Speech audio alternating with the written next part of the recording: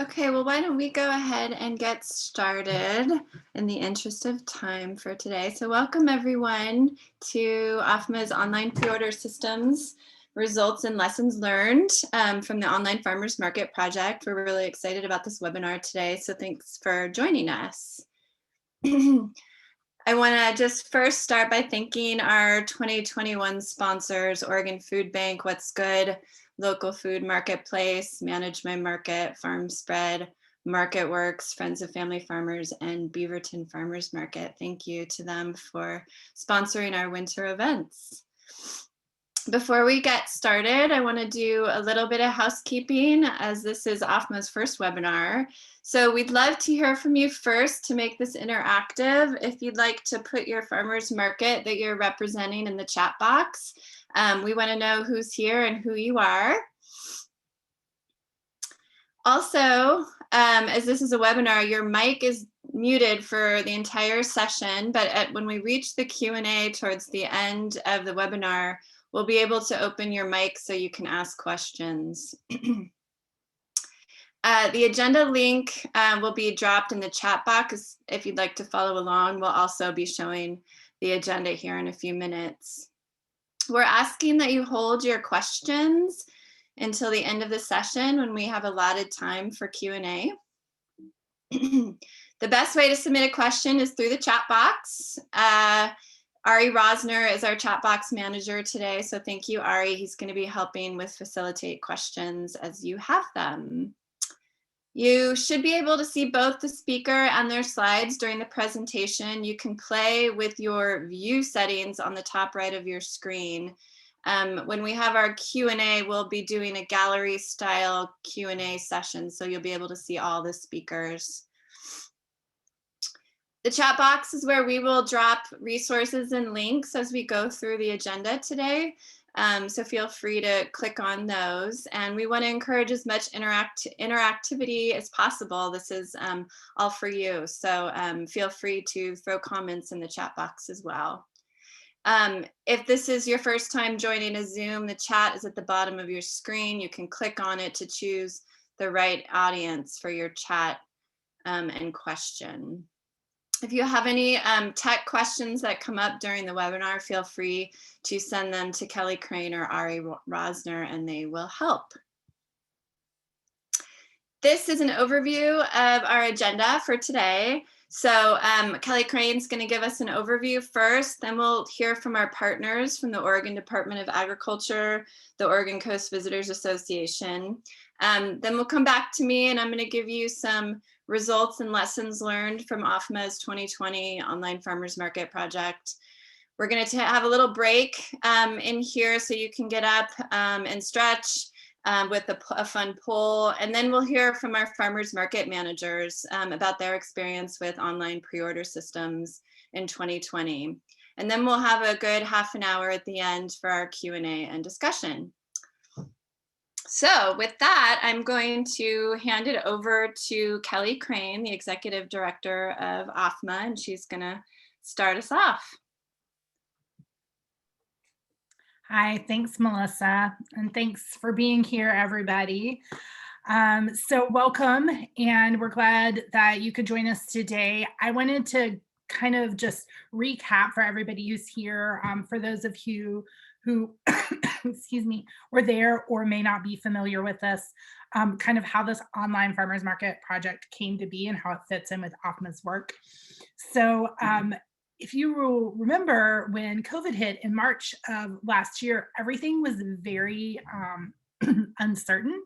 We didn't really know how fast the pandemic was going to spread, what it was going to do to our food system and society. And we certainly didn't even know at that point whether our on-site markets were going to even be able to be open. Right. So it was very, very, very uncertain in the spring. And so we were trying to prepare and help you guys prepare for kind of anything that might happen to the best of our abilities. So we came to you guys and we said, how can we help? What do you guys want to do? What do you have in mind? And many farmers markets expressed interest in adopting some sort of online component to their farmers market sales. kind of as insurance against possible site shutdowns, but also just to give a way for their most at risk community members to purchase, a variety of reasons. So we were like, okay, we can help with this. So we went to work trying to identify some funding to be able to do it. And so we were able to secure some funding from ACFA, the Oregon Coast Visitors Association, and the Oregon Department of Agriculture, and you'll hear from both of them in a few minutes. They both contributed some money to this to try to help you guys with this work. So we were able to hire Melissa, and she's part-time now, but she was actually full-time for almost 6 months, I think 5 to 6 months during the peak season when we were like, we need somebody full-time dealing with COVID response. So what Melissa was tasked with doing was to, help us jump in with this vetting process where we were looking at software types to help you guys select and then adopt software types and then to implement those, right? So that's where all those peer learning workshops were at. She, I think Melissa at one point got herself added to What's Good's internal Slack channel so she could harass them literally every day about anything that you guys needed, which was really nice of her and nice to have her be able to do that. So even the smallest markets, we wanted to do something collective so that even the smallest markets would get the attention that they deserved from the software developers. So we started with this process of identifying what software was already being used in our state. We had some level of familiarity and confidence in it. And we came down to What's Good and Local Foods Marketplace. And we know other markets did work successfully with other types of software. We were just not able to provide support for more than 1 or 2 types ourselves. So we're going to talk about kind of how that process went. So Melissa provided that technical assistance all around the software. She also provided some, she helped captain this marketing campaign where we're like, okay, you guys are going to need some help letting people know you have these online marketplaces. So I think she has some data about this, but I think we had like 18,000 visitors to our online markets directory during the summer. So we think we helped get the word out. That was definitely our attempt. And then Melissa and I both kind of tag teamed these rules and regulations, working with state officials to make sure you guys could stay open and that you understood what those constantly evolving rules were. And so now after we've had a little bit of breather from the regular seasons, most of you who don't have on year-round markets are having a bit of a breather from that, looking forward to next season. We wanted to have this accountability piece where we came back to you guys and we're like, here's what we did and here's what we learned that might be useful to you. If you're wondering, should I continue my current software pre-order systems? If you didn't adopt one last year and you're considering it doing for the upcoming season, we want to share with you what we learned about your experiences, what the data told us, and let you hear from some other market managers about what their experience is like. And we just want to bring you guys together and give you a chance to talk to each other about it too. So that's the kind of way this all got developed and what our goals were and what we did and what we hope we were able to do for you guys. And this is where we're coming back to share with you what we learned. So that's the story of the Online Farmers Market project. I'll turn it back over to you, Melissa. Thanks, Kelly, for that. So next we're going to hear from Eric Garman with the Oregon Department of Agriculture. So over to you, Eric. Thank you. My name is Eric Garman. I'm a trade development manager for the Oregon Department of Agriculture. I've met some of you that are on the call and probably others I have not met yet. But first of all, I'd like to say thank you to OFMA for the opportunity to be involved in this project.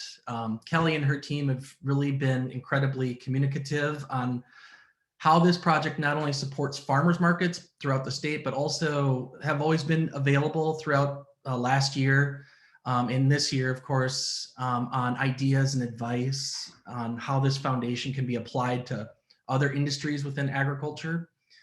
Doing the recap last fall, I'd noticed based on a lot of online opportunities that really OFMA knocked it out of the park in terms of sales opportunities for vendors. So congratulations on that. In late March, early on in the pandemic, I'm going to give you some background. Our state governments were really trying to align resources and try to work together to prepare for this long rocky road for our state. And the Department of Agriculture was working really closely with our food processors and ones that were struggling to find PPE and slowing down of production. And our food safety team came up with some COVID playbook opportunities and went back out to train the processors to safely get back to work. It has been a rocky. However, I feel that together the collaboration in this industry is remarkable. Other resources in our agency, including our marketing department, which I work in, we were looking for ways to extend our resources where available, which includes very limited funding. Through the hard work of Kelly and OFMA, your team really did develop a plan that easily met the criteria to be successful, to move forward and really work together with the Department of Agriculture and other partners. In my limited years of working for the Oregon Department of Agriculture, I'm really proud of how we had the ability for us to shift really quickly on this project, particularly during the pandemic. And we were really happy to offer the resources to farmers markets around the state. I just want to assure you that our agency continues to be committed to partners like OFMA. And it's easy to be partners with OFMA because you have such a track record of being stewards of limited resources and maximizing the returns. We do understand, and I'm in close conversations with Kelly and others and other producers throughout the state. The pandemic will likely will be prolonged for the next several years. And although, many farmers did make it through 2020, damage has been done. And we understand that it's going to take time and resources to mend that. We're committed to working closely with OFMA moving forward and communicate as you communicate the needs and opportunities. Agriculture does remain strong in the state, and we do continue to produce some of the highest quality products available. And I just want to thank you all for your hard work as market managers and representatives of food and agriculture in the state. We're really proud of our farmers markets, and please at any time reach out if you have any questions or concerns or ideas. We would really like to hear them. Thank you so much. Thanks, Eric, for that introduction. Next, we're going to hear from Marcus Hines from the Oregon Coast Visitors Association. Greetings, everybody. First, I want to say OFMA did a tremendous job provided a tremendous service during some very difficult times. And so I'm so happy about what you've done and all the information, specifically the information you're providing back to the whole industry is of tremendous value for sure. Little story about our agency. When COVID hit, like so many other agencies, we had to reprioritize our programming and think really hard about what was most important. And of course, food systems really rose to the top. Food, culinary tourism, agritourism, cultural heritage food and industries provide incredible value to our industry. On the Oregon coast, $790 million a year are spent by visitors on food and food systems. So $790 million, that's new money spent on food related stuff on the Oregon coast. So that's what this has to do with tourism. We know what attracts visitors, and food related things do. So, our goal is to replace a lot of that 790 million is economic leakage with food that's coming from outside of our area, from outside of our region. And by supplanting that with local food sources, we can stem the economic leakage and keep more of that money. So that's a huge goal of ours.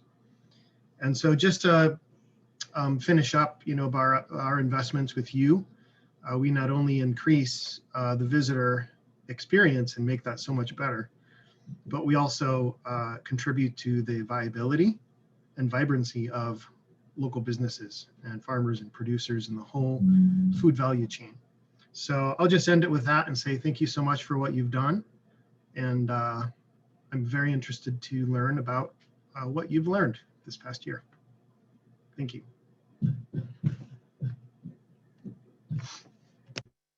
Thanks, Marcus, for that, and Eric Garman as well. I'm going to go ahead and share my screen and start on our presentation here.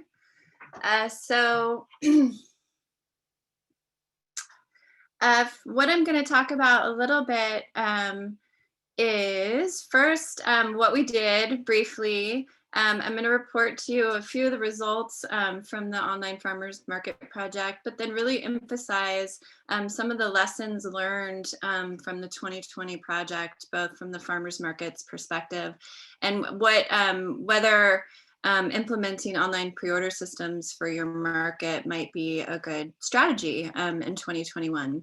Then we'll take a quick break and then we'll hear from our market managers. So first, as Kelly mentioned, I was hired in May to provide one-on-one technical assistance to the farmers markets for the adoption of the online platforms. And in addition, held peer learning webinars, which many of you were on over the course of the season, as a way to troubleshoot any sort of issues that were coming up with the online pre-order systems, or to share strategies for aggregation, for marketing, for communication. And those were really valuable for the markets that were running online platforms last year. We also put together a statewide marketing campaign, which I'll talk a little bit about in a little while, along with the Oregon Coast Visitors Association and Oregon Department of Agriculture. And it was an 8-week campaign, and I'll share a few of the results and tools that we still have available for farmers markets to use in 2021. We also designed an online market website directory, so folks who were looking for online pre-order systems could go to the OFMA website and see a listing by region of who was offering online market platforms in the 2020 season, and that will be updated as we move into our 2021 market season. We also developed an online market toolkit, which is available on the website, and I'll talk about that a little bit in a few minutes, but that's available for markets as well, that kind of has case studies, tools, strategies, and challenges of instituting online platforms for the state. So that's a useful resource if you're thinking about implementing pre-order systems as we move into the new season. And we also created a whole slew of online marketing tools for markets to use. This graphic here on this slide is just one of those fun images that we created that we allowed markets to use across the state should they want to market their platforms to the community. So that's just a little overview of what we did. Some preliminary results. There's a number of different software platforms, and we'll hear from the different market managers of which platforms they used last year and their sort of tips and strategies. OFMA identified what's good in local food marketplaces, 2 major platforms that worked well for farmers markets. And the preliminary results from our 2020 census here, you can see the percentage of markets using those various platforms. There's other platforms out there. Some markets use Squarespace or web commerce platforms for pre-order. Masa Fresh was also one that was used, as well as Square.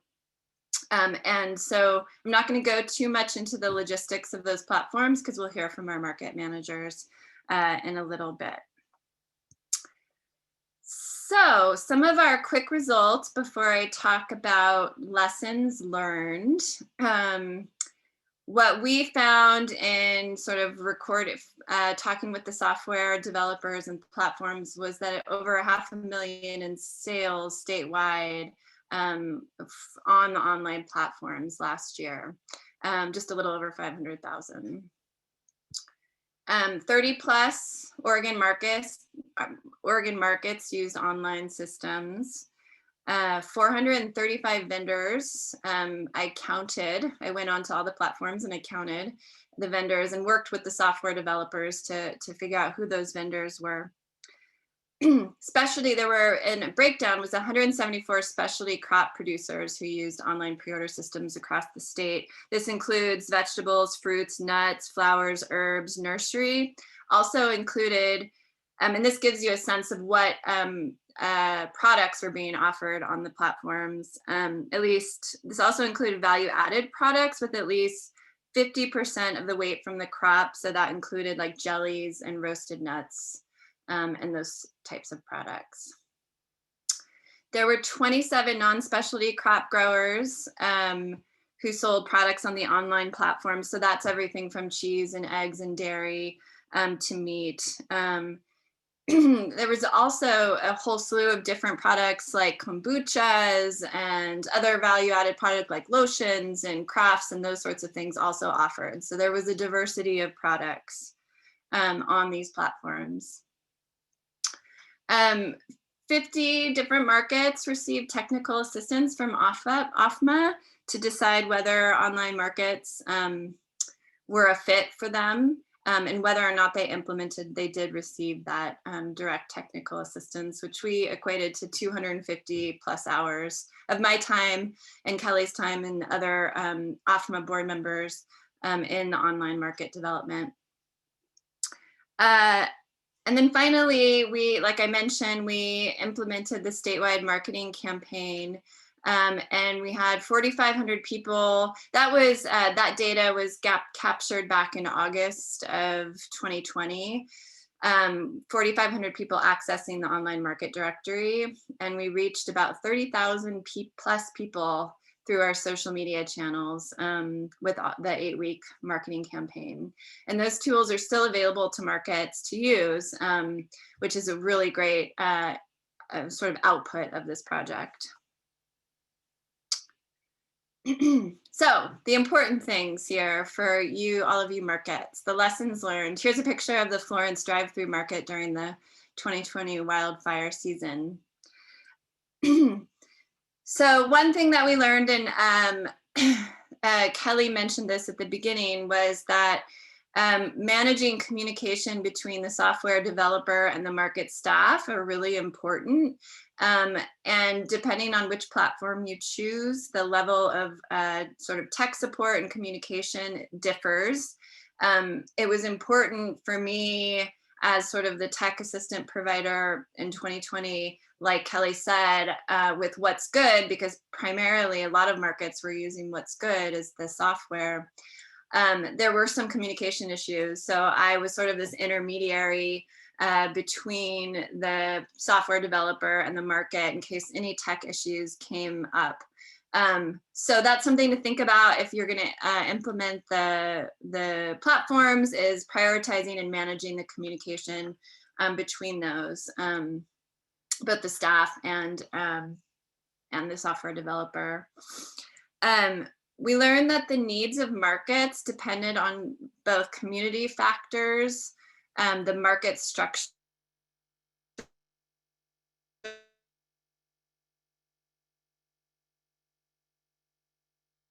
and the size, because of community factors, which they had high risk population, a high senior community, and so their market decided to only do online pre-order in 2020. So that was an important factor in whether they were to open or do online pre-order. So that's an example of when what community you're located in has an impact on this, as well as size. So in some of our census results, we found that extra large and large markets were more likely to report moderate experiences with their software vendors, while some small and medium-sized markets were more likely to have some polarized interactions with the software developers. So there's also some, and hopefully we can get into this in our Q&A and discussion about market size and how that impacts online pre-order. We learned that as I was looking through all the different platforms, especially up in the greater Portland region and even in the Willamette Valley, vendors utilized multiple online markets for their business models. So you would see some of the orchards selling fruit across platforms. So it really accelerated their business model.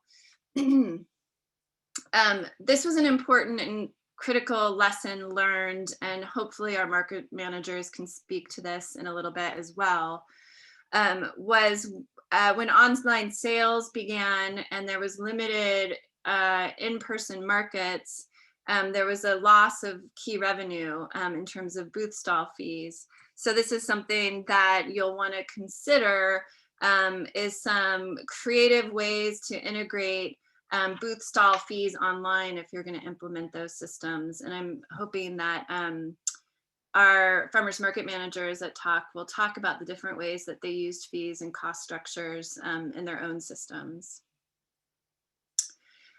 This was another key piece that I sort of anecdotally heard from many markets, was needing to educate vendors, one, about the importance of selling on the online platforms, as well as doing some training on how to get their vendor descriptions up to par and putting up their product pictures and having a really good farm description, so that when a shopper goes online, there's like the market is represented well with the diversity of vendors. So that was also kind of a lesson learned from many of the markets. Here's another example on the left here of some of the marketing tools and graphics we have available for you to use. So finally, is online pre-order right for your market? This is more sort of lessons learned, things that you might think about in deciding about online pre-order. So one thing in all my conversations and our collection of data with markets was that staff and volunteers are critically important.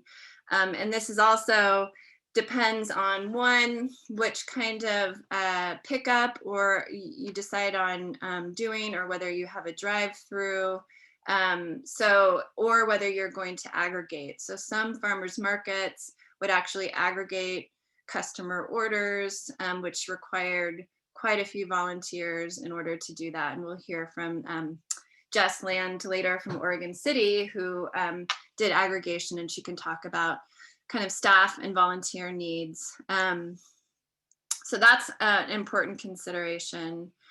There's also quite a, depending on which software you decide to use, each is different in its setup.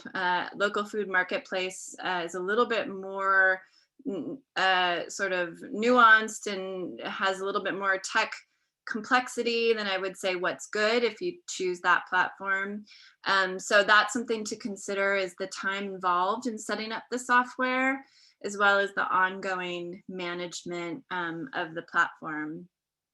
When I was deep in sort of the project last year and talking to markets, it was often what I heard was that market managers didn't anticipate how long it would take to, one, set up the system, and then two, get all their vendors on board so that they could launch their market. So that's another consideration, is whether you have sort of staff and volunteer time to do that. Like I mentioned, creative ways to pay for software fees, thinking about that. So local food marketplace has a larger sort of fee structure to get started. And so they're thinking about creative ways to pay for that software. And I'm hoping Rebecca Landis can talk a little bit about her experience with local food marketplace, and any other markets that are on the call today can also offer their thoughts.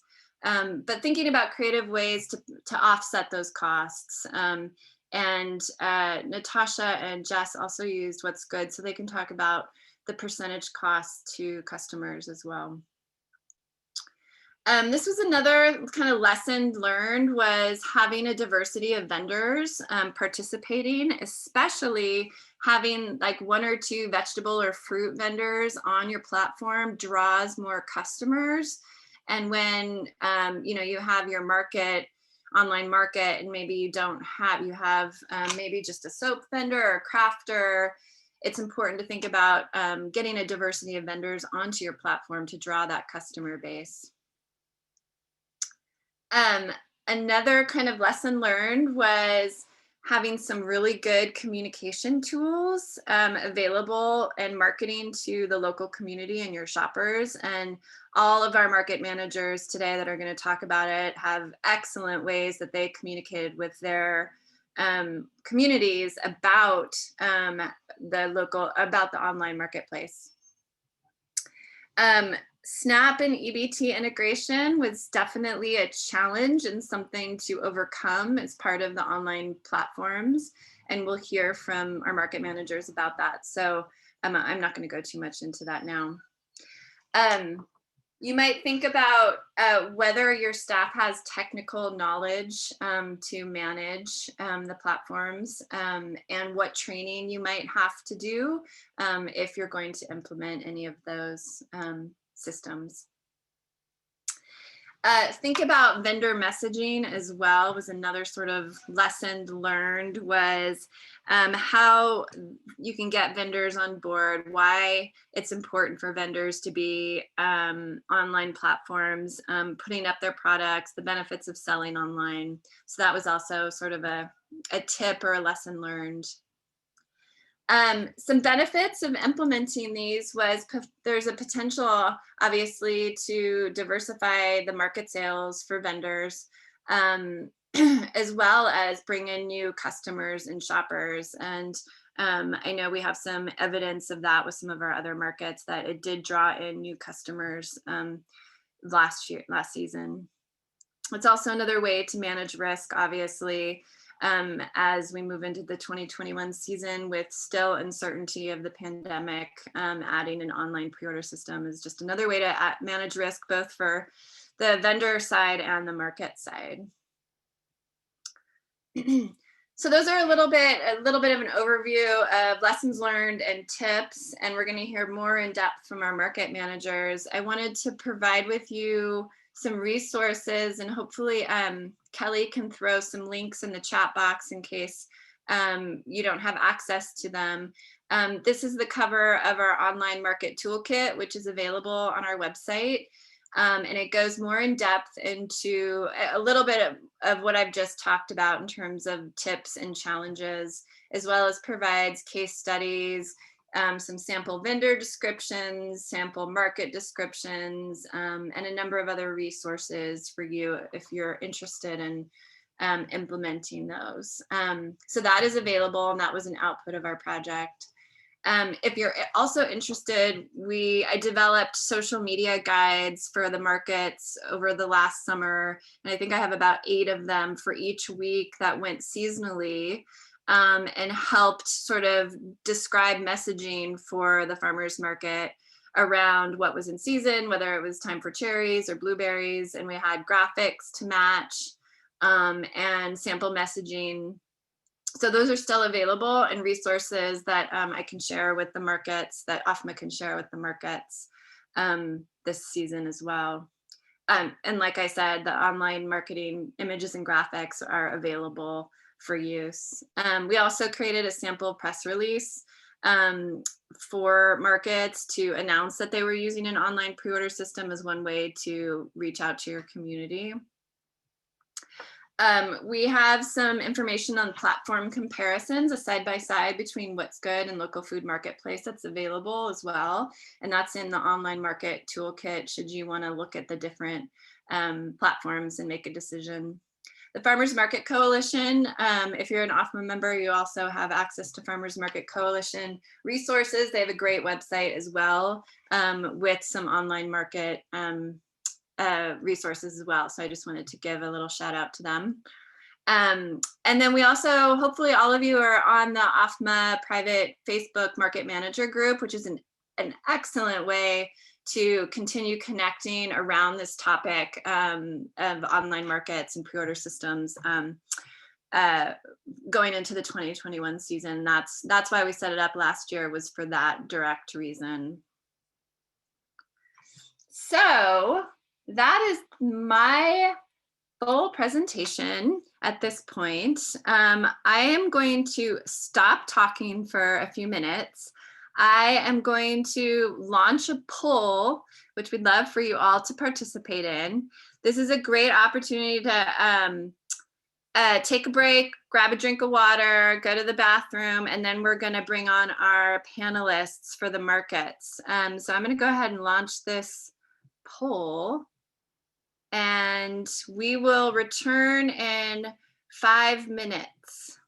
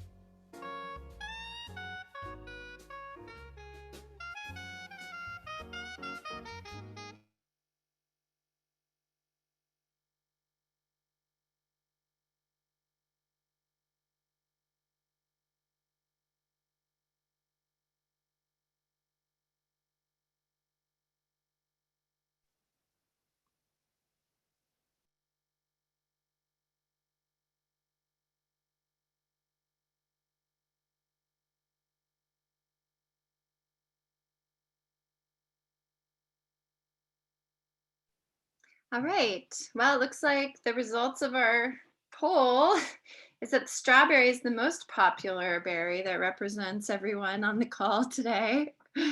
And what comes next? Looks like blueberry is next. We are so lucky in the state of Oregon to have such an amazing diversity of Oregon berries at the farmers markets. So hopefully that was enough time to take a break, stretch, and get ready for the second part of our webinar here. We're actually doing really great on time, so we have a lot of time to hear from our market managers and have discussion. So we're going to go ahead and start with our panelists. And at first, we're going to hear from Rebecca Landis from the Corvallis Albany Farmers Markets. So over to you, Rebecca.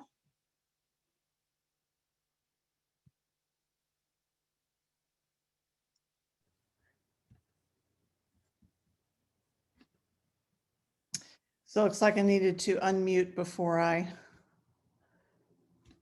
started. Okay, are you hearing me? Can you hear me? We can hear you. All right. So we use the local food marketplace software, and so we kind of grafted our web name, which is locallygrown.org, onto that.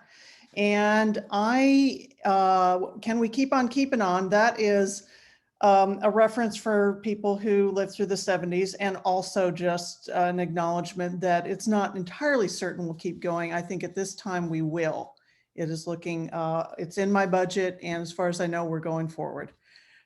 Start out, why did we adopt the platform that we adopted? And why did we adopt a platform at all? These are the objectives we had in mind: reducing the time that customers are spending at the market because their shopping trip is essentially starting on their couch. We were looking to maximize all forms of prepayment that were touchless or low touch. Vendors who participate in any kind of a pre-order thing, whether it's theirs or ours, get a little more certainty as to harvest. And there was so much uncertainty this year that anything that could deliver a little bit more seemed to be welcome. And of course, there's the scary thing, which is what happens if we're told we can't hold a market as we have for years. What if we can't do live sales? We want to have a methodology that's basically in place for whenever something like that might happen. And that to me is a strong argument with continuing as long as we're in pandemic, and we may continue after pandemic. So those were our considerations there. I'm going to just try to sprinkle in our promotion all the way through so you don't have to look at so many words. Vonda Peters is on the call. Answer questions later about any of the marketing stuff, because this is all her work here.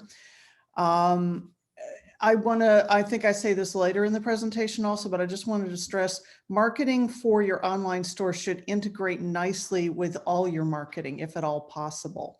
And these are not dissimilar from things we would have been doing anyway. We just emphasize online ordering in some of our pieces here. Now, this is more the considerations of why, this slide is more considerations on why we chose the particular system we did and what we did and what we didn't do. I don't have any market sites that were suitable physically for drive-through. And I am one of these people who believes that you should not move a market without a year of planning. And I realized that that wasn't the reality for at least one Oregon market this year, probably more. But my goal was not to pick up the market and move it to create that environment. And I did some early research and decided that aggregation and aggravation sounded similar, perhaps for a reason. I want to go into pros and cons a little bit here very quickly. There is also a legal liability attached to aggregation. If you have a bunch of volunteers touching the product and putting it in bags, you're responsible to make sure that they don't put raw chicken next to a salad mix in the bag. And there are other possible things that could go wrong, but the real reason I wasn't necessarily thinking of liability topmost when I made this decision. We as a market do not have a history of a huge number of volunteers at any time. We generally pay for the help that we have or just live without something until we can figure out a way to do it. Okay, liability was on there.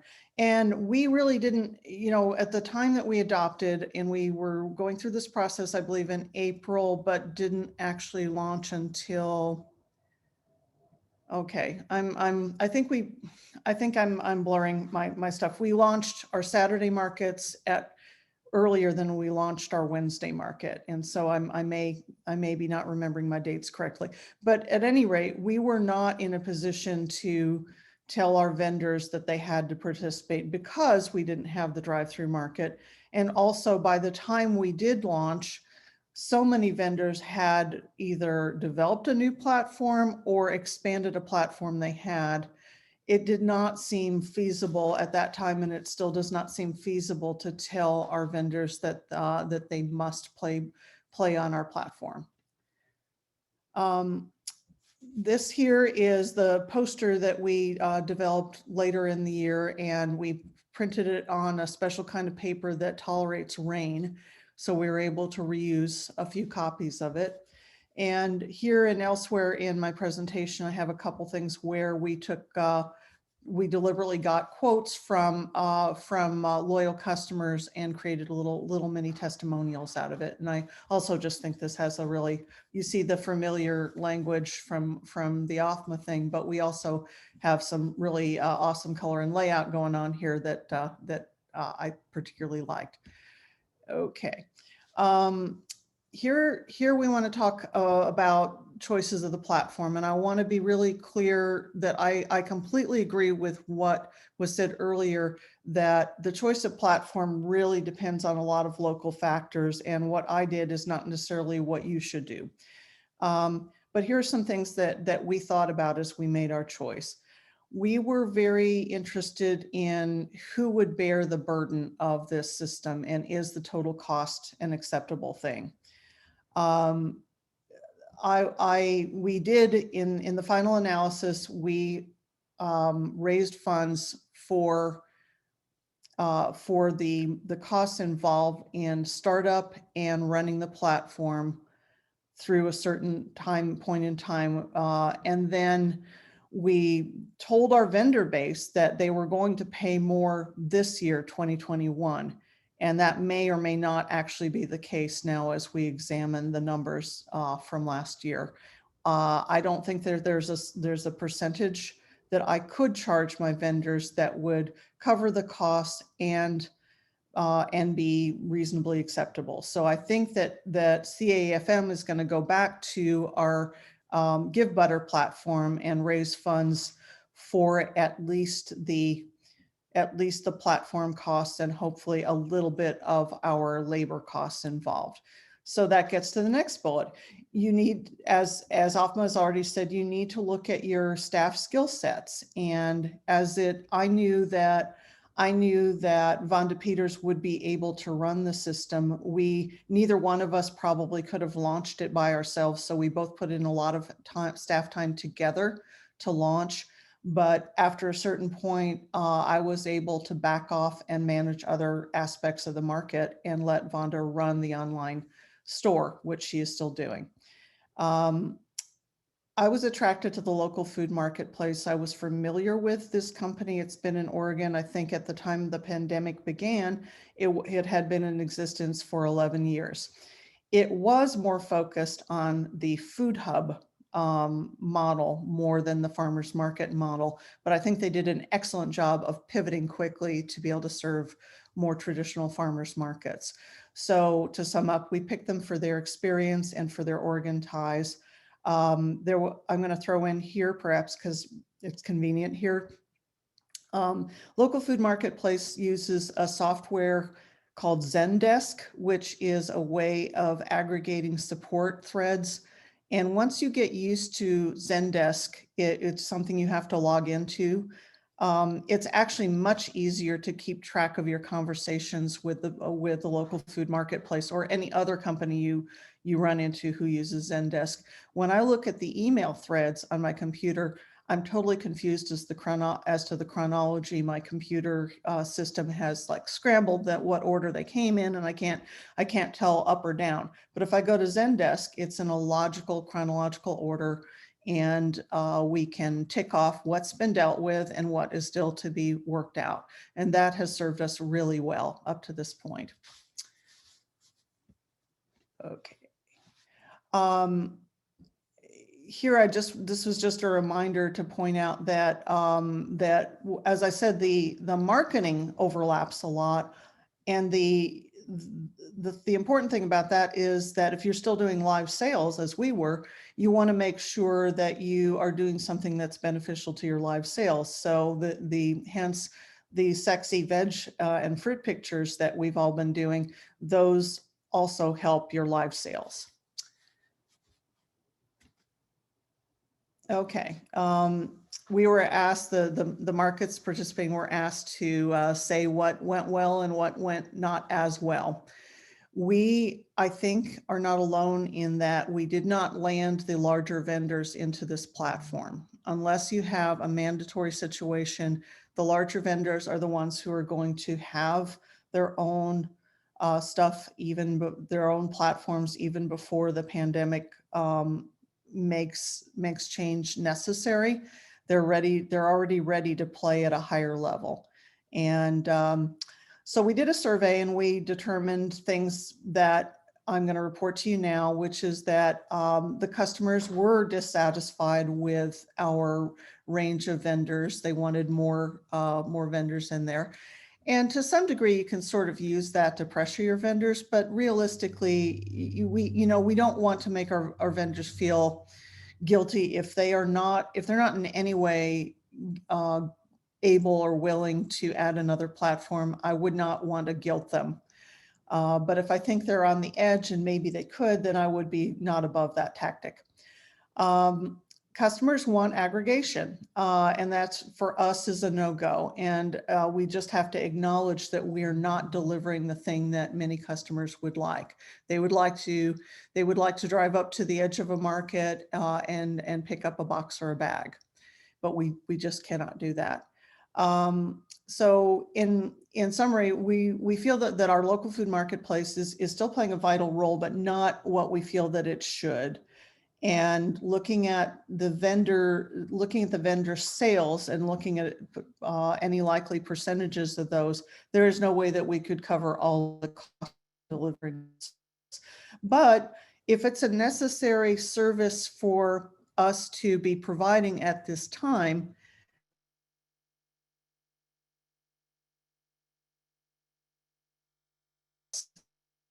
we don't, and CAFM does not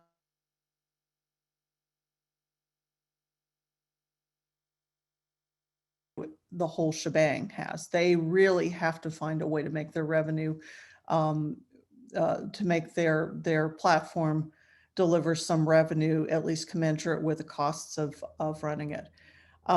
We are still having a little problem with customers getting in line with others to wait, and we have signs out, and we're trying to train both vendors and customers to make sure that the online customers are prioritized and can walk up and just get their product because they've already paid for it in most cases. Okay, some more of our promos. We wanted to here. This is another customer testimonial, and this is a veg grower that has a little bit of floral as well here, and baked goods. I would say meat has been a pretty big area, and fish is huge for us. Okay, it seems like I have reached the end here. Should I stop sharing now? Yeah, if you're done with your presentation, and then we'll have you come back when we're ready for questions. Okay. Thank you, Rebecca. We appreciate that. So we're going to move to Jess Land from the Oregon City Farmers Market, and she's going to talk a little bit about her experience this year. So off to you, Jess, if you want to try sharing your screen and unmuting as well.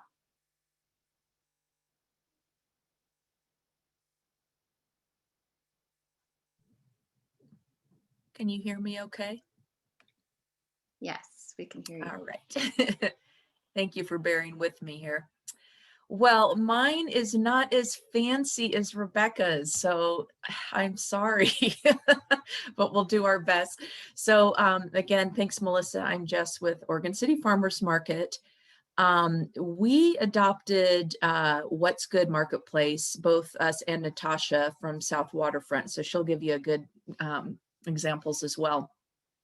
We had this app in place long before going online was a thing with COVID, and we were going to actually dump it. And that same week is when the pandemic hit. So we immediately got in touch with What's Good again to restart our app. So it worked out pretty well. So we have some reasons for why we do our drive up. So we do a curbside pickup at our market, and we have a few reasons why. Hey, Jess, can I interrupt you just for a second? I know you put together a great presentation and we can't see your screen. Oh. Okay. And so I want to make sure everyone has access to that. I can also share it if, sorry to interrupt. Let me go back.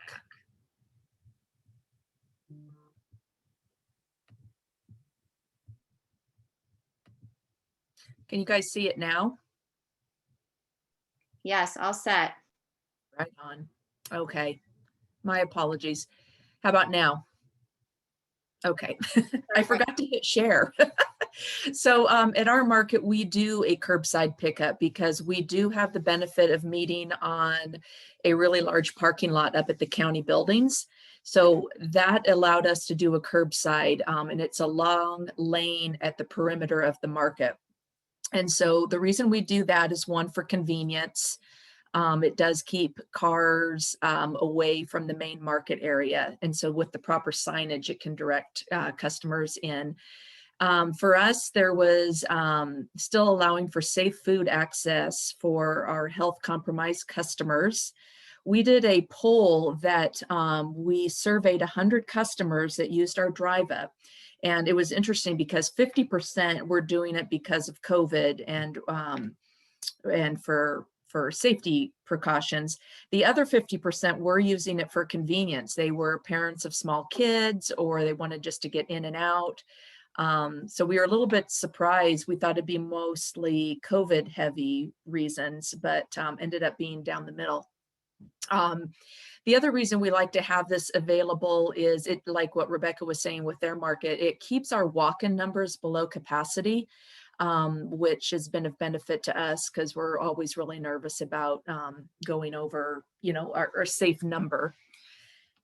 Oh, this is Oli, our drive up mascot. He comes through the market every week. So I had to include a photo of him. He gets a bone every week. So our curbside, the way we do it is, and I'll show you some examples in a little bit, but customers go on to the What's Good app, which they can download on their iPhone or on their smartphone or their computer. And we also have a deadline of 11 o'clock on Thursday night. So once their order goes through, then it can get confirmed by vendors. The vendors can choose to accept the order or cancel it.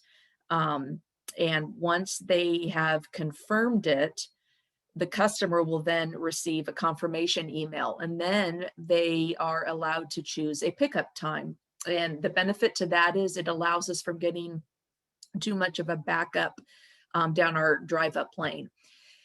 And it helps kind of keep things more moderately spaced so that not everyone's conglomerating at one time, and it keeps an even flow. And so what the customer does is they'll pull up to our drive up booth. We keep a separate canopy, 10 by 10 canopy set up. All they have to do is pop their trunk. They present a proof of order, which I'll talk about in a minute. Our volunteers load the trunk and then their pickup's completed and they can take a far lane to drive out of the market safely. If they choose to still walk into the market, they can, because there's some parking available to them. And some people do want to do that because honestly, not every vendor wants to do the app, which we'll talk about.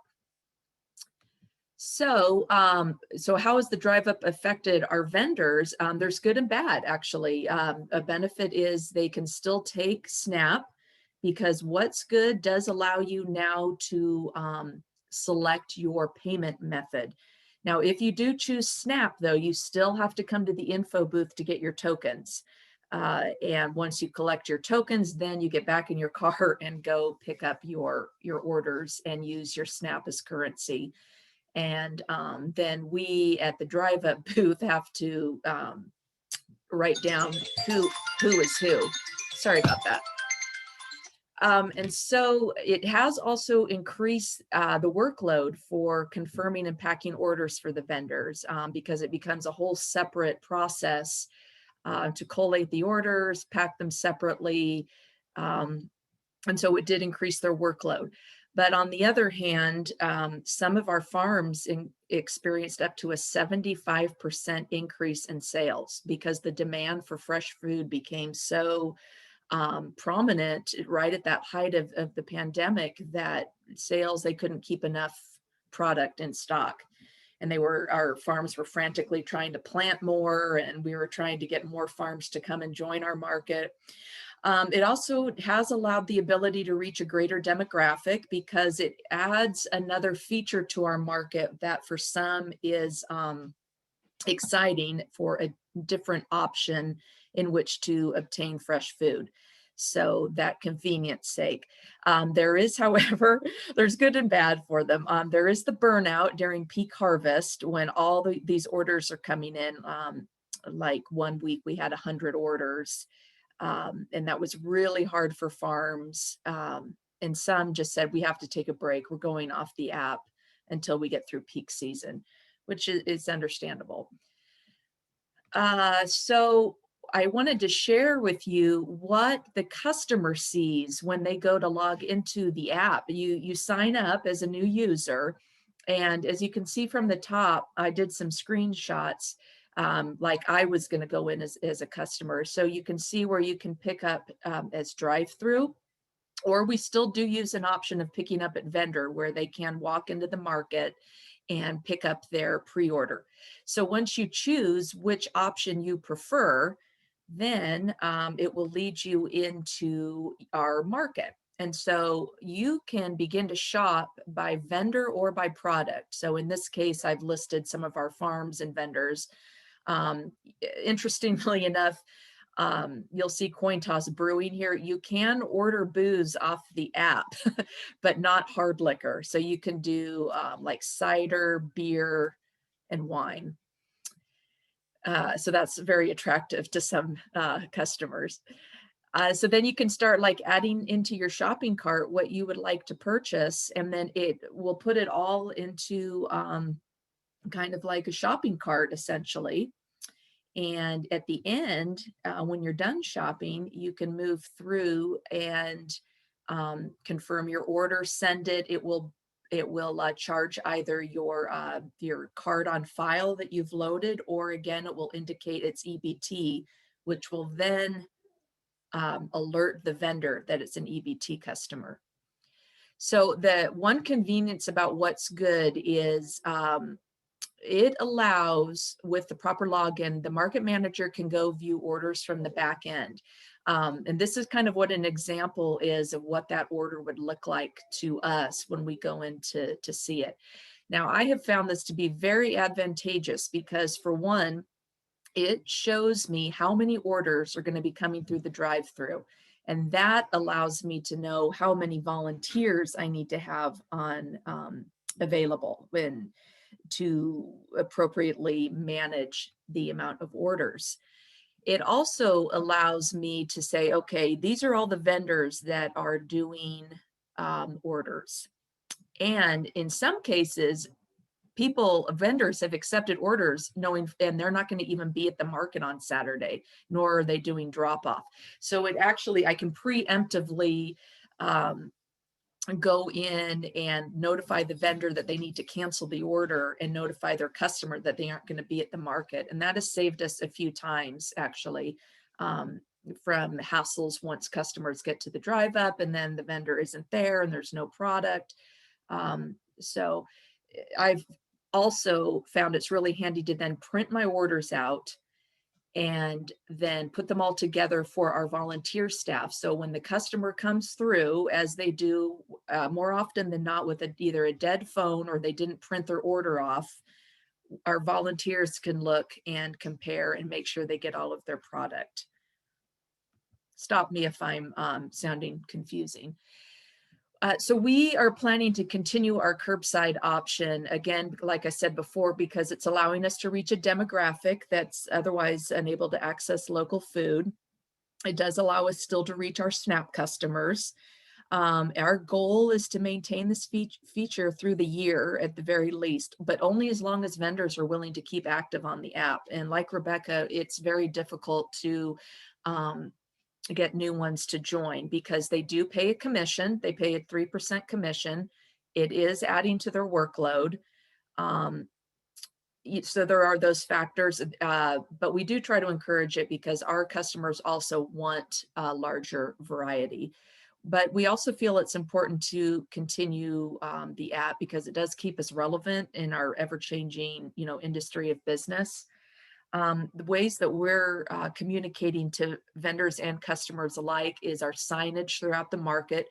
I've got a bunch of A-frames with graphics that have a QR code that the customer can just hold their phone up to download the app. We also do bookmarks that have the QR code and instructions of how to utilize the app. I put it in our newsletter and on our social media, just as ways to kind of help educate our customers. And so the amounts ebb and flow with seasons as far as orders because of what's available and what isn't. But for now, that's kind of where we're at. So far, it's still being met with a lot of gratefulness. Our donations have actually increased, surprisingly enough, because customers have been so grateful for it. So that's kind of where we're at. And then I just wanted to, if you have questions, you're welcome to email me, and I'm always happy to help if you want some answers. And last, until Melissa came on board, our communication ability with WhatsApp, What's Good, was really, really difficult. Having Melissa was a game changer. And when she came on board to act as a liaison between us and What's Good, our whole experience changed.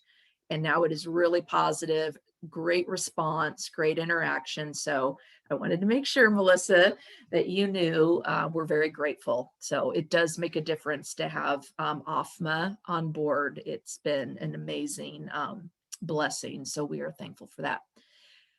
Thanks, you guys. I think that's all I have. Thanks for your patience with my tech skills. I'm going to go ahead and stop my sharing now. You did awesome, Jess. Thank you so much. So thanks, you guys. Really appreciate it. Thank you. Okay, so we're going to hear from one more market manager, and then we'll open it up to our questions and have an interactive session.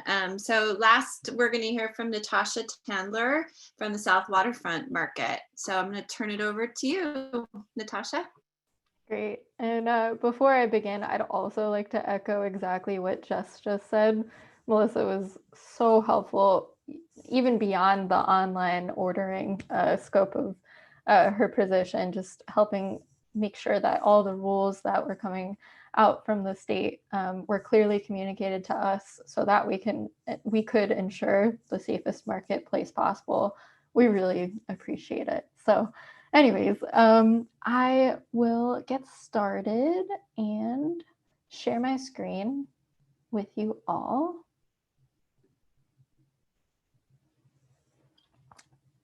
Give me one moment. For some reason, it is not showing my PowerPoint. Let's see.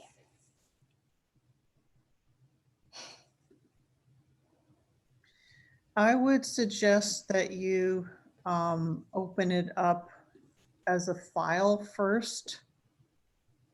Can you see that? Yes. Okay, then we're all set. So yeah, let me start off by saying again, we decided to choose the What's Good online ordering system for this past summer season. There are a lot of factors that went into that decision. Ultimately, costs, we knew came down to it. We knew that we were going to have to significantly shrink down the size of our market map, which typically in a pre-COVID summer was able to host about 40 or so vendors. And ultimately this season we had to shrink it down to 27. So we knew that we were going to be losing kind of vendor stall fees through, just this pandemic season. And we also were kind of unsure about how this was actually going to work out for our market. So What's Good didn't cost us as a market anything to sign up. But it did obviously, Natasha, can I interrupt you really quickly? I think you might not be sharing the screen that you meant to share. What we're looking at right now is your browser view. Is there any way to go back down to that green share screen and see if you can share your... There we go. Yep. For some reason. Perfect. Okay, I apologize. I don't know why it was doing that, but anyways, so the way that we kind of decided, we knew that it was going to be a bit of a burden on our vendors since there's that 3% fee for them. So what we ultimately decided to do was change up our market fee structure for the stall fee, and we reduced that to try and lessen the burden that they were going through. So basically our timeline, around April, we were thinking, well, what are we going to do? Are we going to be able to even host an in-person market? And so kind of as a backup, we were initially thinking, let's do an online marketplace where at least we could maybe aggregate everyone's pre-orders.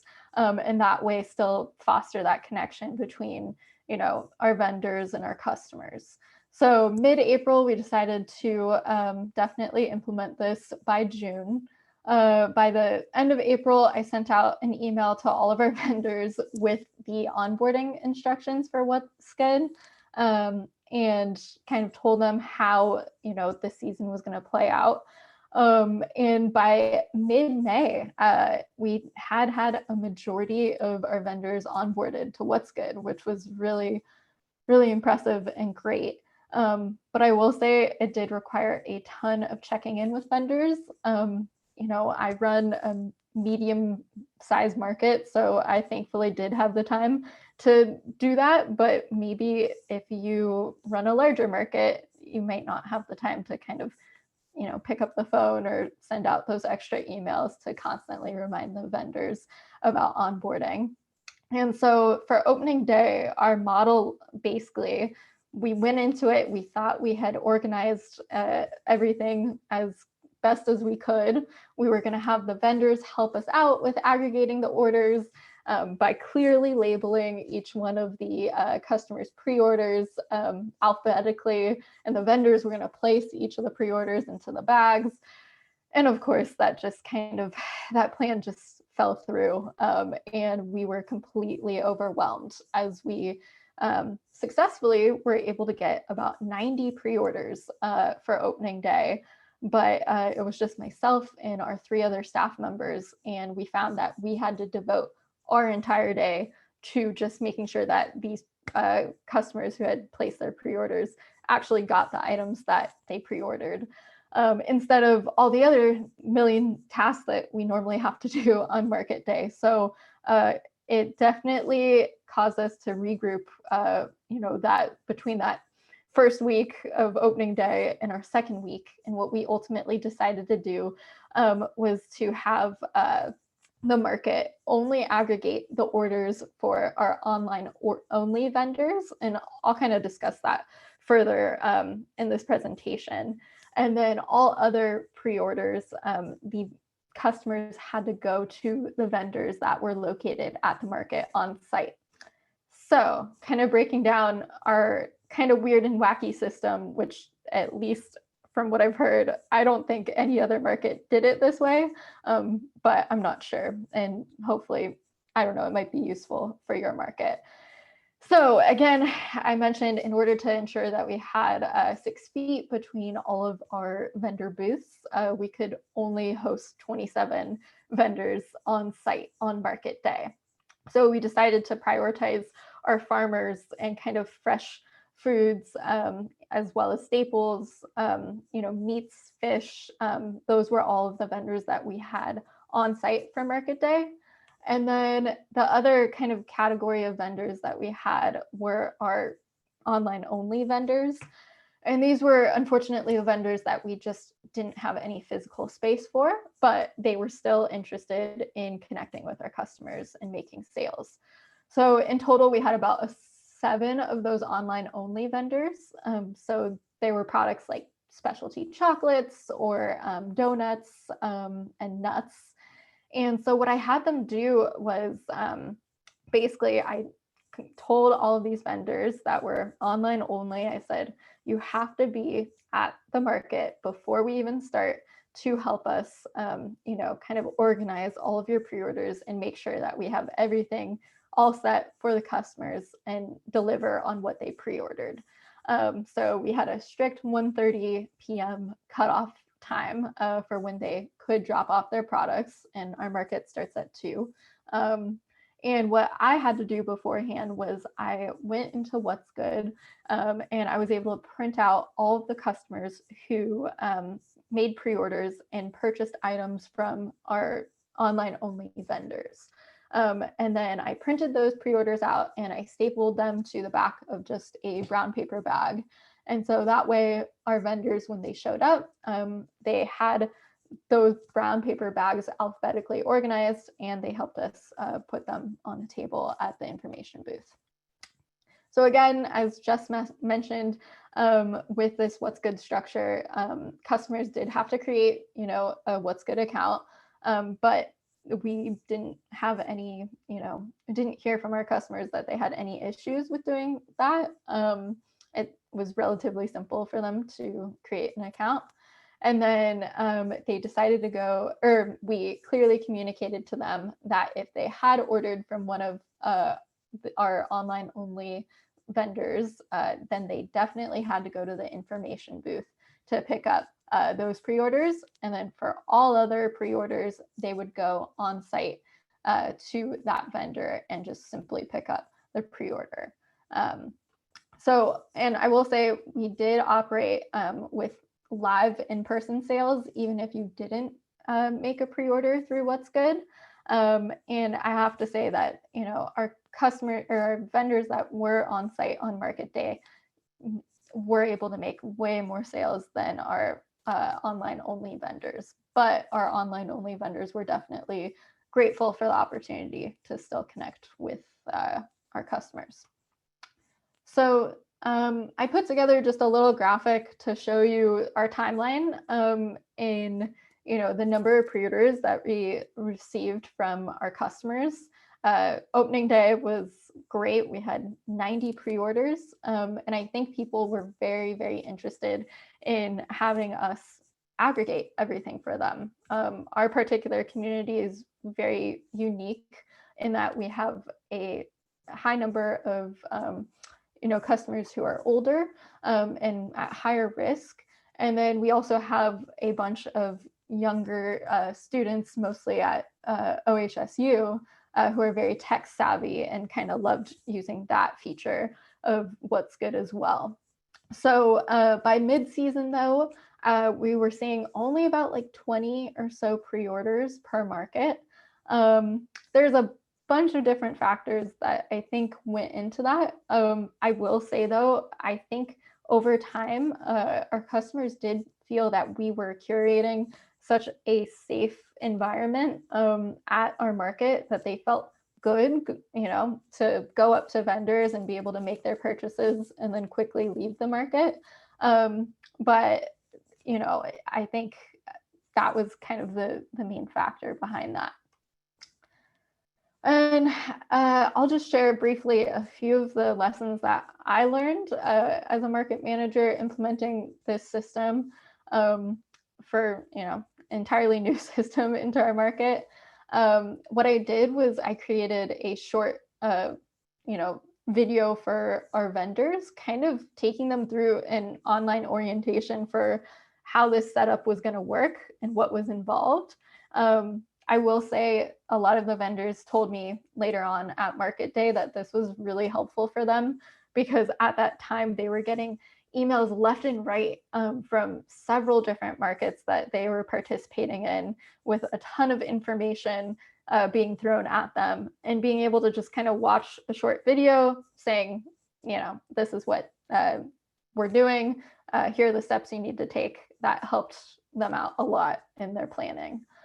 And then next, I think reiterating what Jess and Rebecca have said, getting the word out as much as possible through all of your communications channels to promote the online ordering system to your customers. That was key. And keeping that messaging consistent and clear was also very, very important. And we had to be completely honest with our customers, between that first week of opening day and then that second week, where we just simply, we could not aggregate all those pre-orders. So yeah, that was definitely important. And the last thing I loved, and Jess was so, gracious in sharing this really great pre-order sign that she had created for What's Good, where our customers literally would walk into the market and see that we had this option for them to pre-order online, because we put out a big A-frame with the What's Good pre-order QR code. And yeah, they were at least intrigued and stopped to ask about it. And that also allowed for further promotion of the What's Good system. What didn't work, again, as I mentioned, just aggregating all the pre-orders. I wish we had the capacity to do that, because I think that would be really, really tremendous, but it's okay.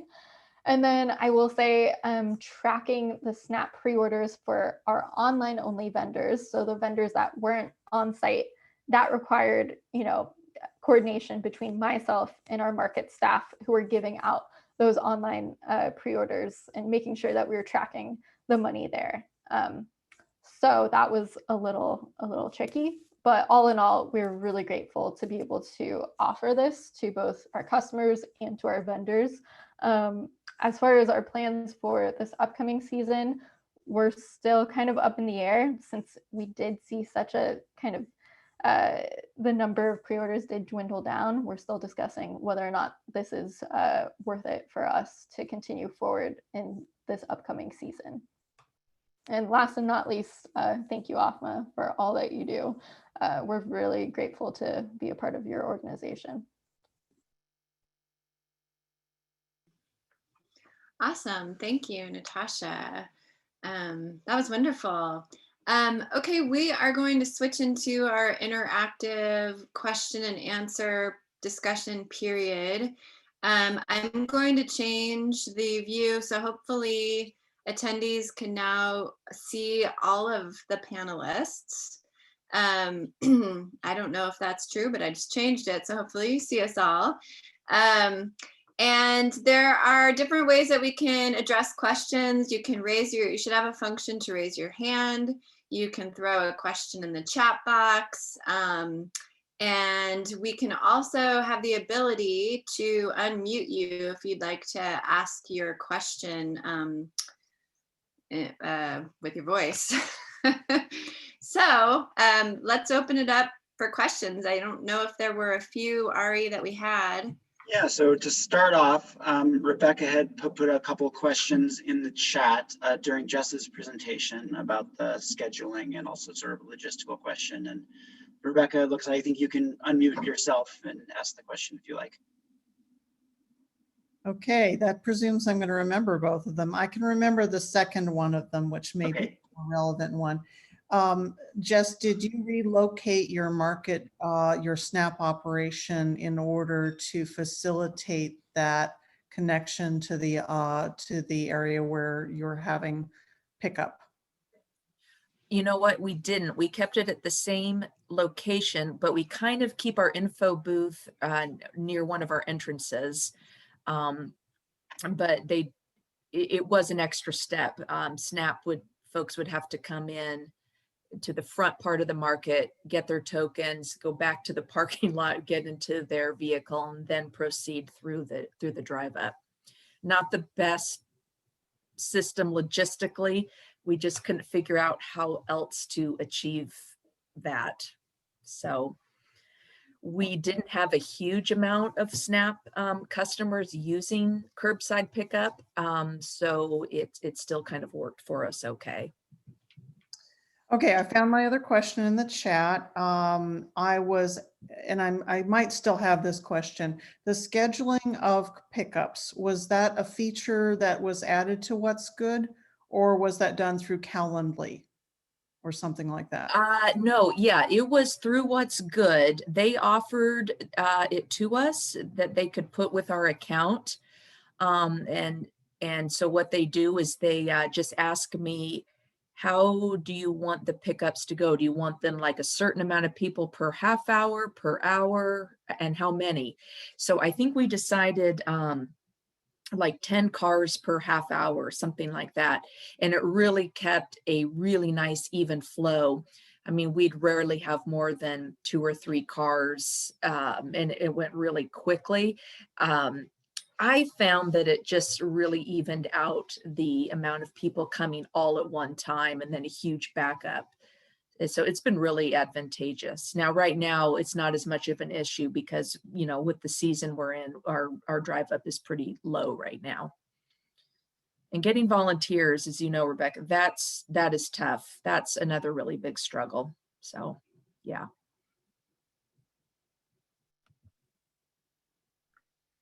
Other questions from all of you attendees out there? Or I could also invite other markets who would want to share any of their experiences with online market platforms.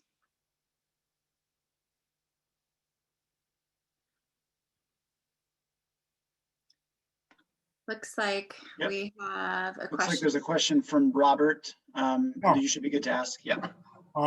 I think that our market committee had a meeting the other day, and basically we were not optimistic about being able to open it all this year. But I think, having heard what people said about the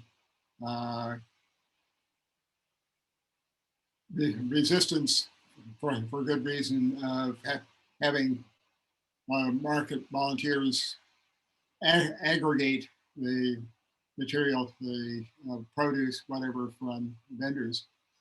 I was envisioning maybe having the vendors go ahead and drop off packages, everything that's been ordered in separate packages before the pickup time.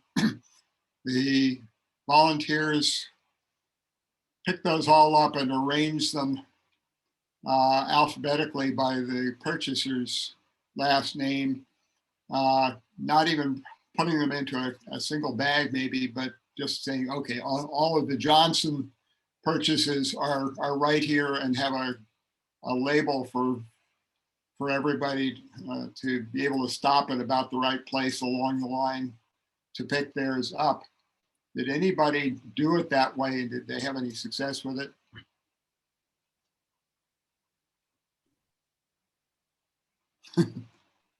Yes. I'll mute. Oh, you're fine, Robert. Well, that's what we do too. When we say aggregate, we actually are putting them by name, kind of in a grouping. We aren't like putting the meat with the veggies in one bag or anything like that. We're just sorting them by name, and then all of their items kind of in one location together, so that we're not cross-contaminating or risking volunteers' liability and our liability with any cross-contamination and that type of thing. So that's kind of worked pretty well for us.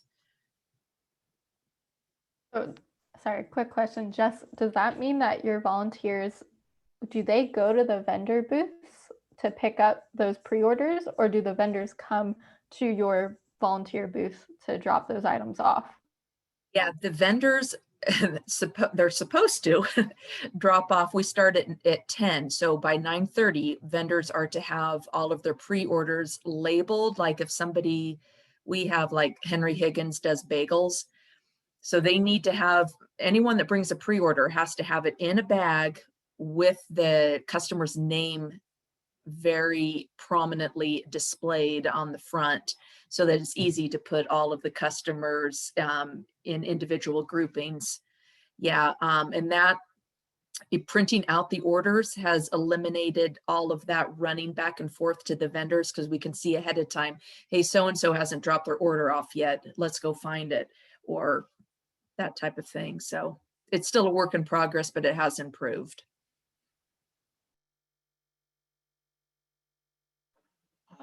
Jessica Carlton has asked, what is the initial setup cost for these programs? Which maybe would be a question for Melissa, since you might be the only one with a knowledge of both platforms as far as the initial setup cost.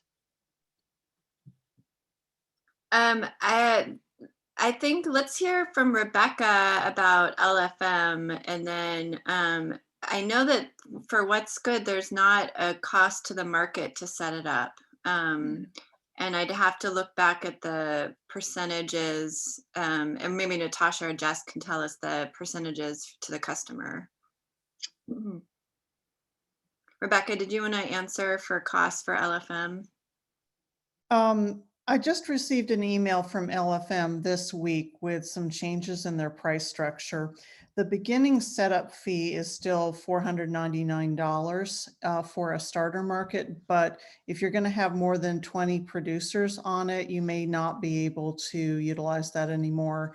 And unfortunately, the next up package has a $999 startup. I will say, I don't know, it's because of my familiarity with the platform or what, I was granted some breaks. We have 2 Saturday markets, and in theory they could have charged us the $999, and they didn't.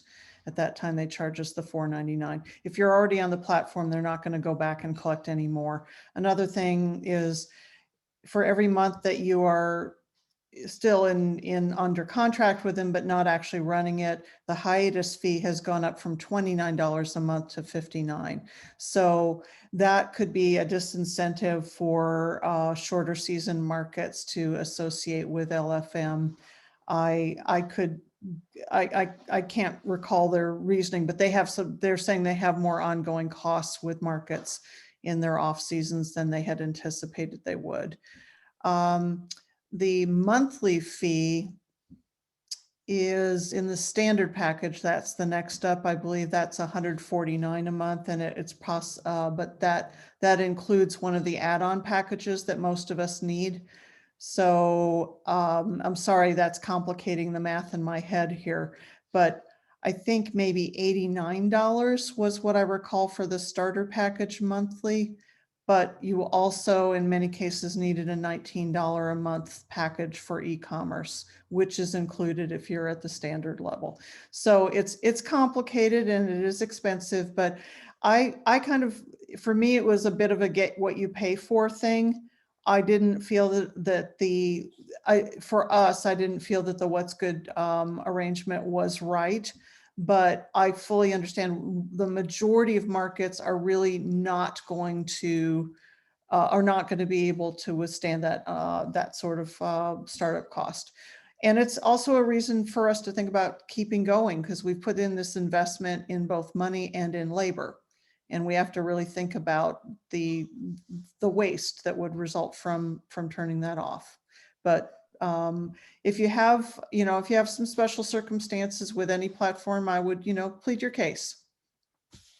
So this is Kelly.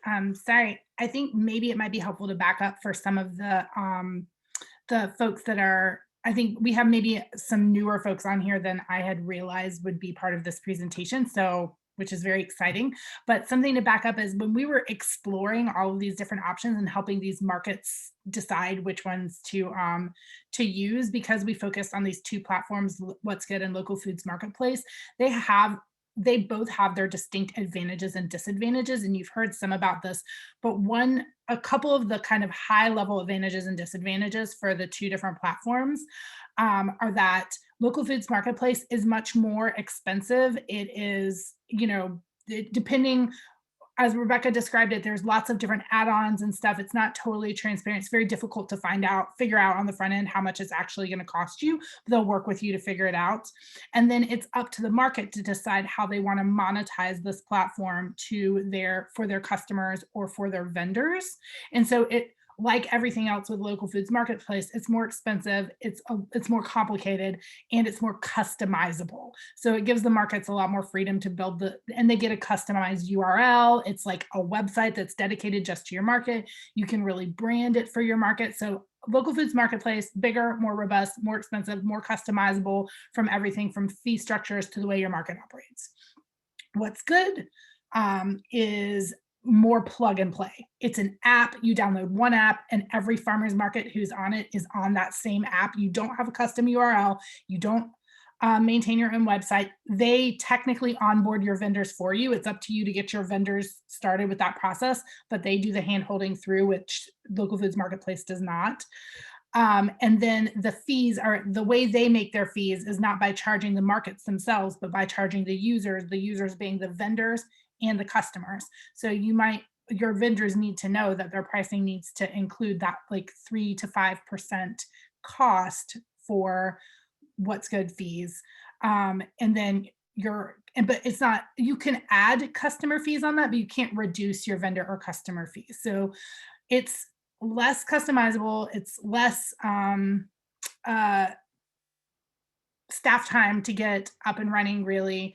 And it's a little buggier too, I think. But it's more appropriate for different types of markets. And so that's one thing we found, that the market just picking the right one for them made a big difference. We had a smaller market that tried to use Local Foods Marketplace and aggregate, and between all of the staff time involved in that, they really struggled. They couldn't make it pay out. It sucked up all their staff time. They had a really bad experience, but most of the markets that selected Local Foods Marketplace that were well suited for it had very good experiences. So what we actually found when we surveyed you guys at the end of the year is that satisfaction with your software is more highly correlated with your market's own capacity level than it is with the software you chose. So if you are a small market with very thin capacity, you are likely to have a less qualitatively good experience with software, but it did vary widely. So we had some little markets that adopted online software and had an amazing experience. It just worked for them. So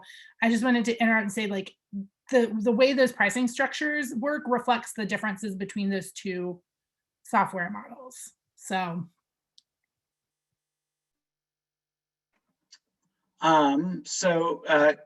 let's see. Oh, Kelly had asked a question of whether the Florence Farmers Market could share about how the online only farmers market worked, and I believe Mary Shaw is okay. So I'm going to unmute you, Mary, if you are able to, or you'll have to unmute yourself, I think, actually. Can you hear me? Yeah. Great. Okay. Florence Farmers Market is very tiny. We only have 10 to 12 vendors. They're all food vendors, and you could easily do all your food shopping at our market because we have huge variety. Our community is 50% people over the age of 65. So we had a real concern with COVID, and our community was very, very grateful when we decided to be an online market only. So we did not open our market up in 2020, I think we were the only market in the state, maybe, that did not open.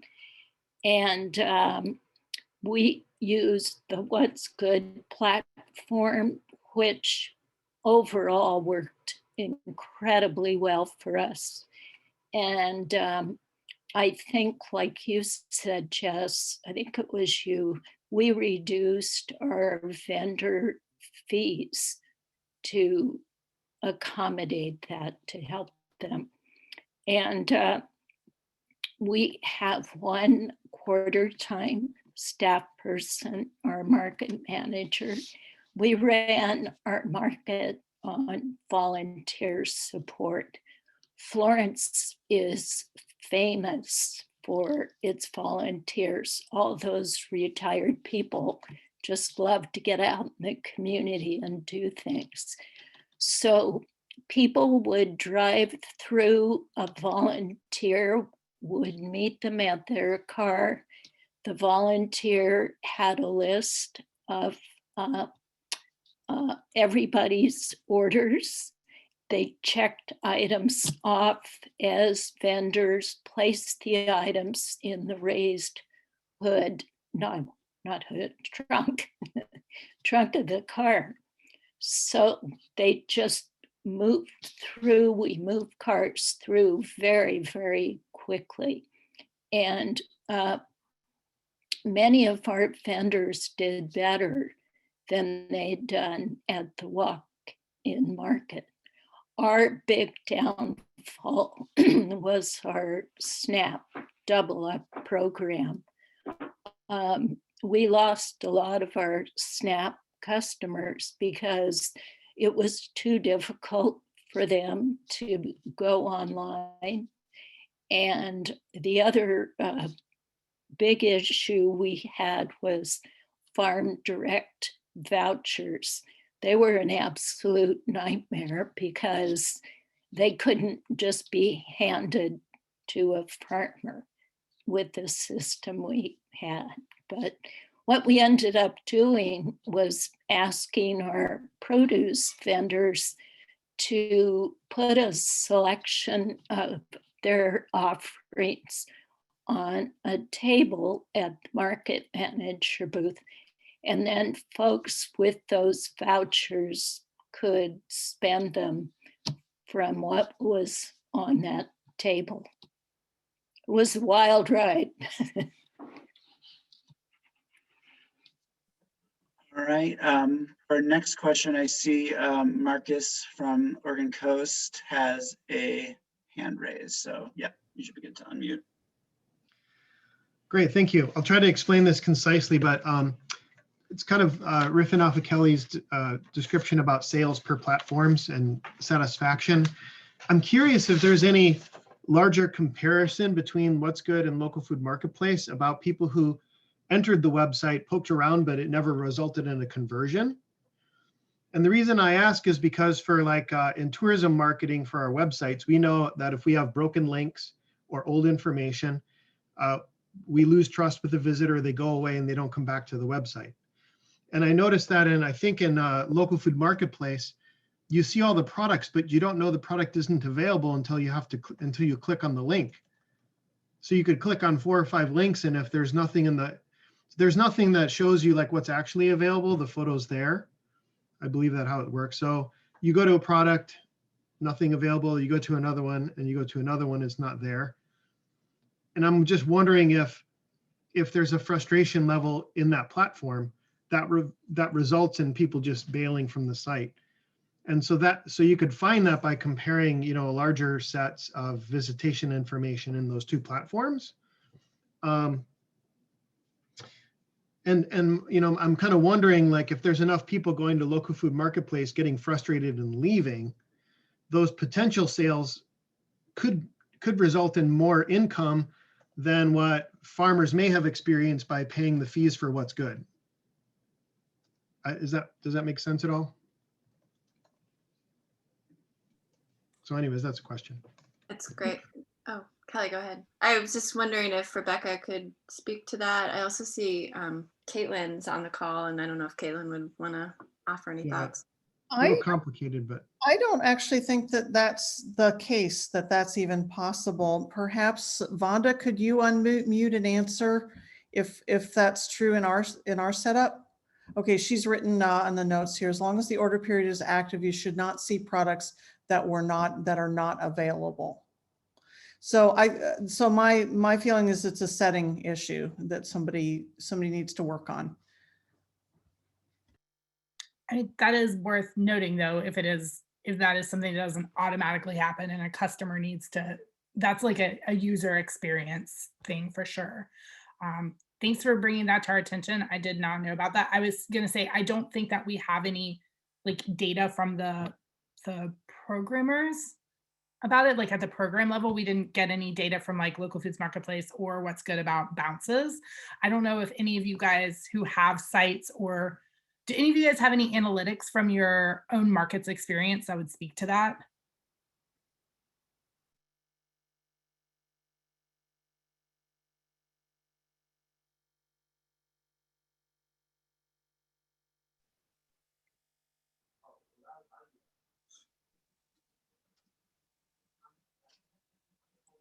Okay, another question Rebecca had asked, and this is probably a quick one, for the markets that were doing aggregating, if you have a formula for the number of tables required. I see, like, X number of orders means, this many tables that would be needed, if you had any rules of thumb for that.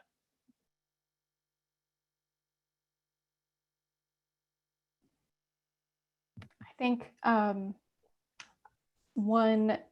we did, about 10 pre-orders per table. So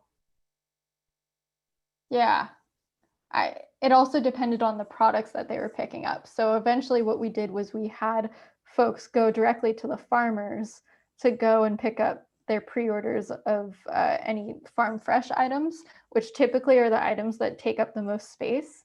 So all that we were doing was aggregating, pre-orders for pre-packaged items like nuts and chocolates that didn't take up too much space on tables.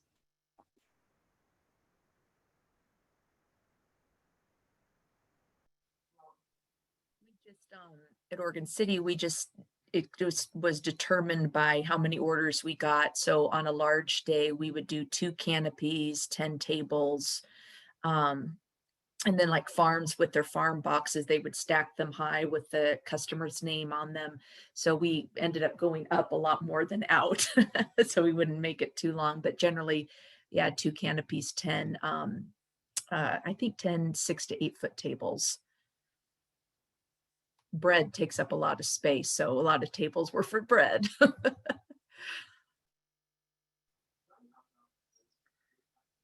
I think that's all of our questions at this point in the chat box. We do have a few more minutes if anybody else has other thoughts, comments, suggestions, questions before we end today.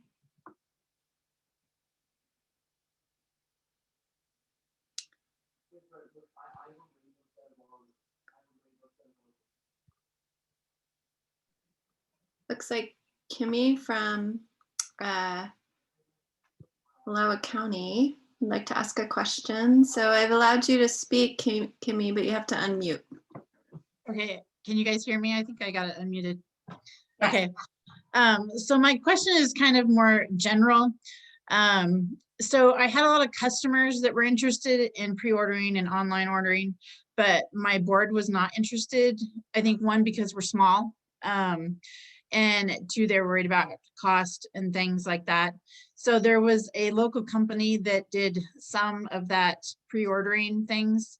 And so I'm concerned about losing vendors to her new pre-ordering program if we can't offer something similar. And so I'm just kind of curious, how to approach this. I mean, What's Good, I think, would be more desirable because of the no cost to the market itself and only having that cost to the vendors. But we have one vendor who does, I think we have 3 vendors that already do the other forum. And then we have one that she does her own CSA that she sets up, all on her own. And those are some of our biggest ones. But a lot of our customers were concerned because during the time of COVID, they wanted to be able to come in and get their stuff.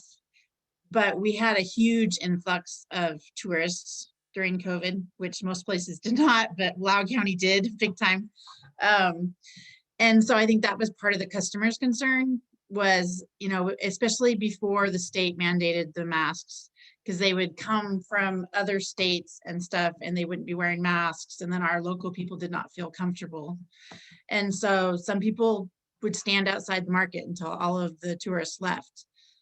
And I don't know how to make people feel more comfortable because I want my customers to be comfortable, but I want the board and vendors to be comfortable. So I didn't know if you guys had a general, you know, idea. I don't know what this year will hold. Thank you, Kimmy. Does anybody want to respond to that question?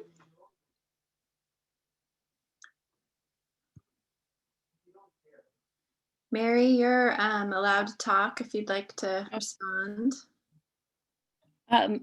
Florence is also very much a tourist town, and that was a huge concern for us. We love our tourists, but not during a pandemic with our elderly population. So that was another motivation for us being an online market only. Okay, thank you, Mary. That's an idea of something to approach to them. Other markets want to chime in?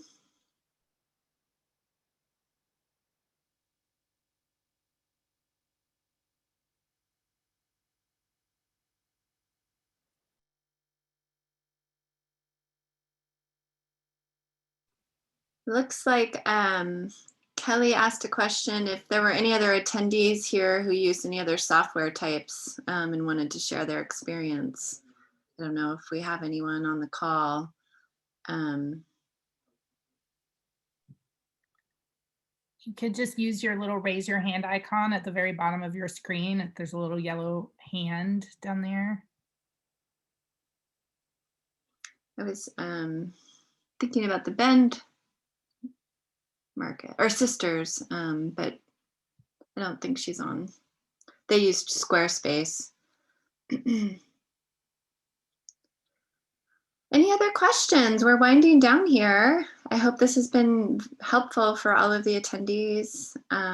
It's been a great webinar, I think. I've learned a lot. Any final comments, questions? I want to make sure to thank you all for coming today and make sure to check out our website for all the events that are coming up. There's a whole bunch in February. And starting next week with Local Food Marketplace is having a webinar. So that's next week. That's the next one. So if you're interested in that platform, you can register on our website. And we'll keep adding more workshops. So take a look at those. And thanks to all of our panelists, both Jess, Natasha, and Rebecca. And thanks Ari for managing the chat. And thank you, Kelly, for giving all support and OFMA awesomeness. And thank you, Eric and Marcus as well. And this has been a great webinar.